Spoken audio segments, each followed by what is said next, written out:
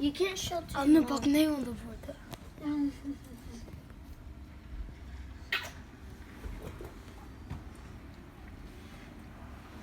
Hepsi ağaç düşüyor.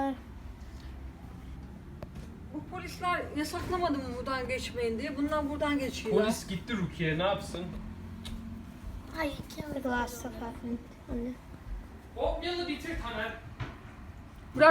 Bırak onu, ben bitiririm yemiyorsan. Look how bad it got.